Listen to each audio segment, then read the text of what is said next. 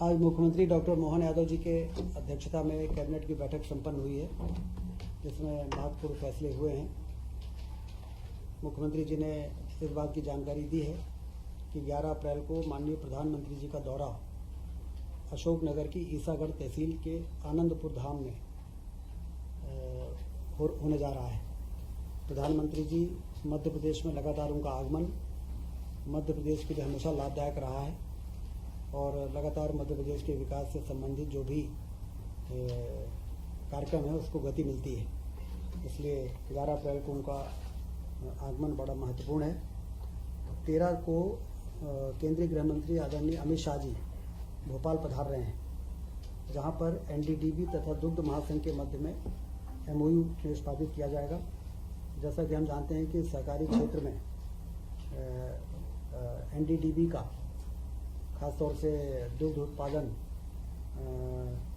के क्षेत्र में आधुनिक तकनीक के द्वारा काम का जो उनका पृष्ठभूमि रही है, इसे उनके साथ एमओयू करके दुग्ध महासंघ के साथ मध्य प्रदेश में दुग्ध क्रांति लाई जा सके, इसके लिए जो पहल की गई थी उसका जो कार्यक्रम, उससे संबंधित कार्यक्रम रविंद्र भवन में 13 तारीख को होगा। और ये खुशी की बात है कि अमित शाह जी गृह मंत्री जी इस कार्यक्रम में पधार रहे हैं।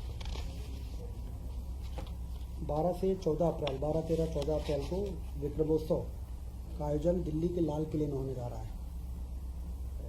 मंत्रिमंडल के सभी साथी इस दौरान वहाँ पर रहेंगे और एक एक्सपोजर, राष्ट्रीय स्तर का एक्सपोजर सम्राट विक्रमादित्य के जो शासन करने की, सुशासन की स्थापना का जो उनका इतिहास रहा है, उसका नाटक के माध्यम से मंचन होगा और राष्ट्रीय स्तर पर इसका व्यापक एक्सपोजर होगा। ये मध्य प्रदेश के लिए सम्राट विक्रमादित्य का उज्जैन में जिस तरीके से उनका इतिहास है, उससे देश अवगत होगा। तो इसलिए मुख्यमंत्री जी ने विक्रमोत्सव का आयोजन लाल किले में करके वो भी एक बहुत ही अच्छा कदम है। 14 अप्रैल को अम्बेडकर जयंती है, तो अम्बेडकर नगर में भव्य कार्यक्रम का आयोजन होगा।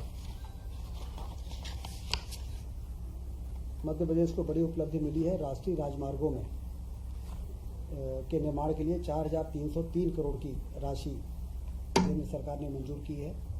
मुख्यमंत्री जी ने उसकी जानकारी कैबिनेट को दी है आज, जिसमें ग्वालियर पश्चिम बाईपास 28.8 किलोमीटर, संदलपुर नसरुल्ला गंज बाईपास, राहतगढ़ बरखेड़ी बाईपास, सागर बाईपास, इन चारों महत्वपूर्ण सड़कों को मिलाकर 4,000 करोड़ रुपए स्वीकृत हुए हैं।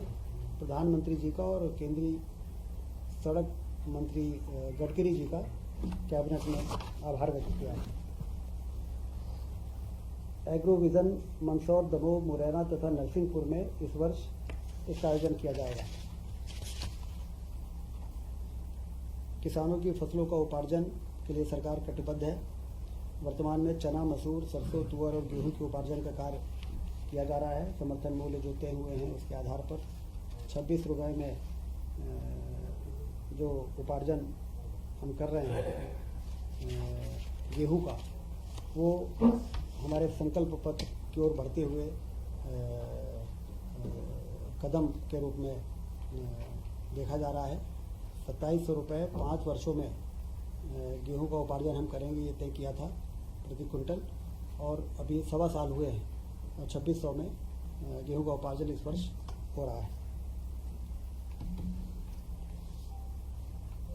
कैबिनेट में पशुपालन विभाग का जो, जैसा कि आप जानते हैं कि गौशालाओं का निर्माण व्यापक स्तर पर पूरे मध्य प्रदेश में हुआ और प्रति गाय 20 रुपये देने का जो निर्णय था उसको बढ़ाकर 40 रुपये किया गया है और इससे गौशालाओं के संचालन में ज़्यादा मदद मिलेगी।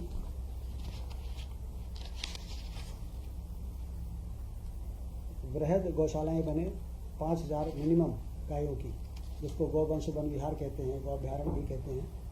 उसके लिए पीपीपी मोड में निवेशकर्ताओं को आमंत्रित करने के लिए पॉलिसी का आज मंत्रिपरिषद ने अनुमोदन किया है। ये गौवंश से संबंधित बातें हमारे लखन पटेल जी आपको बताएंगे हमारे ब्रीफिंग के बाद में। और तीसरा, मुख्यमंत्री पशुपालन विकास योजना, जिसका कि मुख्यमंत्री जी ने आज डॉक्टर अंबेडकर पशुपालन विकास योजना की निरंतरता के संबंध में जो प्रस्ताव आया था उसको मंजूरी दी है। और मुख्यमंत्री जी का कहना था कि 14 अप्रैल को इसको हम लॉन्च करेंगे और डॉक्टर अंबेडकर जी के नाम पर, जो मुख्यमंत्री पशुपालन विकास योजना के नाम पर था, उसको डॉक्टर अंबेडकर पशुपालन विकास योजना के नाम पर ये योजना आगे बढ़ेगी। पार्वती कालीसिंध चंबल लिंक परियोजना अंतर्गत मल्हारगढ़ दाब युक्त सूक्ष्म सिंचाई परियोजना की प्रशासकीय स्वीकृति कैबिनेट ने दी है। ये बड़ी योजना है।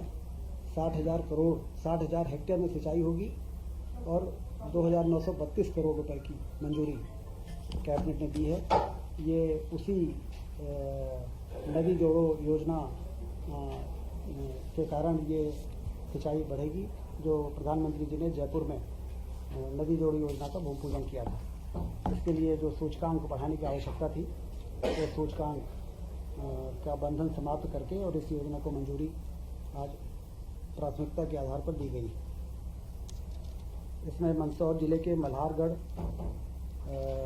दाब युक्त सूक्ष्म सिंचाई परियोजना से मंदसौर जिले के मल्हारगढ़ एवं मंदसौर तहसील के 60,000 हेक्टेयर भूमि के लिए सिंचाई सुविधा उपलब्ध हो सकेगी। लोक वित्त से वित्त पोषित कार्यक्रम एवं इन कार्यक्रमों के अंतर्गत आने वाले परियोजनाओं के परीक्षण की भी प्रशासकीय स्वीकृति आज दी गई है। फाइनेंस डिपार्टमेंट का ये एक महत्वपूर्ण एजेंडा था जिसको स्वीकृति प्राप्त हुई है। 2025-26 के लिए शासकीय शालाएं जितनी भी हैं हमारी, उसके गुणवत्ता के सुधार के लिए, क्योंकि जिस तरीके से मध्य प्रदेश में इंफ्रास्ट्रक्चर मजबूत हुआ है, अब सरकार का फोकस शिक्षा और स्वास्थ्य है और रोजगार है। तो शिक्षा की गुणवत्ता में कैसे सुधार हो, इसके लिए भारत सरकार का उपक्रम है एटसिल इंडिया लिमिटेड। इसके साथ MOU साइन करने का फैसला हुआ है, जिसमें सीखने में वृद्धि की कार्यशालाएं, सीखने के परिणाम आधारित मूल्यांकन, कई पैरामीटर्स हैं जिस पर उनके साथ मिलके और गुणवत्ता में सुधार के कार्य को हाथ में लिया जाएगा। किसके साथ ये एटसिल है।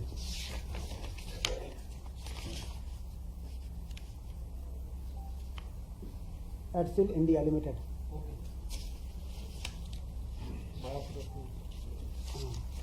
PSU है।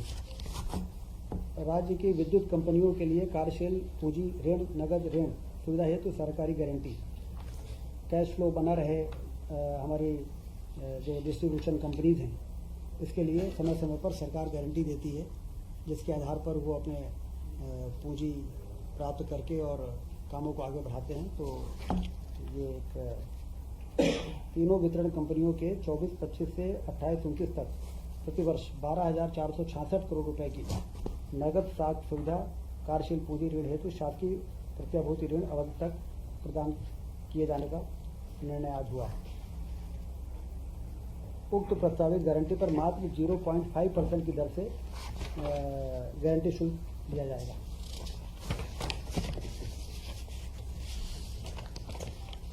मेडिकल कॉलेज PPP मोड में खोलने का फैसला जैसा सरकार ने लिया है, और उसमें पिछली कैबिनेट में जो टेंडर डॉक्यूमेंट को मंजूर किया था उसमें संशोधन किया गया है, और अब हम 1 रुपये में 25 एकड़ ज़मीन जो भी निजी मेडिकल कॉलेज डालने के लिए आएंगे उनको प्रदान किया जाएगा। पहले ये प्रावधान नहीं था, पहले निवेशकर्ताओं को ज़मीन खुद ही अरेंज करना था, लेकिन अब हम उनको सरकारी ज़मीन उपलब्ध कराएंगे 25 एकड़ और मात्र 1 रुपये में देंगे, जिससे कि अट्रैक्टिव हो जाए। हमारा इन्वेस्टमेंट का जो मॉडल है वो अट्रैक्टिव होगा तो लोग ज़्यादा उत्साह के साथ निवेश करेंगे। दूसरा, जो पहले जिला अस्पतालों को प्राइवेट डेवलपर को ट्रांसफ़र करने का प्रावधान किया गया था, उसको चेंज किया गया है।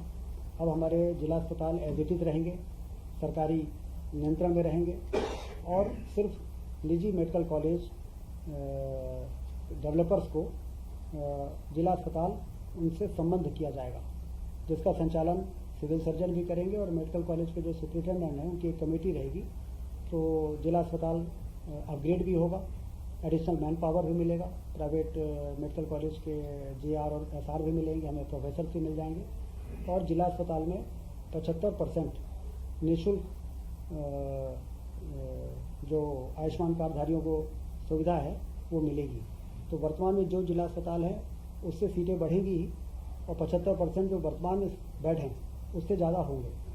तो इसलिए स्टेटस भी बना रहेगा और आम आदमी के लिए जिला अस्पताल जिस प्रकार से उपलब्ध रहता है वो और बेहतर तरीके से उपलब्ध रहेगा। पशुपालन आज की कैबिनेट गौ माता को समर्पित रही है। 3 महत्वपूर्ण फैसले हुए हैं, 20 रुपये से 40 रुपये और PPP मोड में वृहद गौवंश वन विहार बनाना और तीसरा अंबेडकर पशुपालन विकास योजना की निरंतरता को बनाए रखना। इसके लिए लखन पटेल जी हमारे माननीय मंत्री जी पशुपालन मंत्री हैं, मैं उनको बधाई भी देता हूं और वो आपको इसके बारे में और थोड़ा विस्तार से बताएंगे।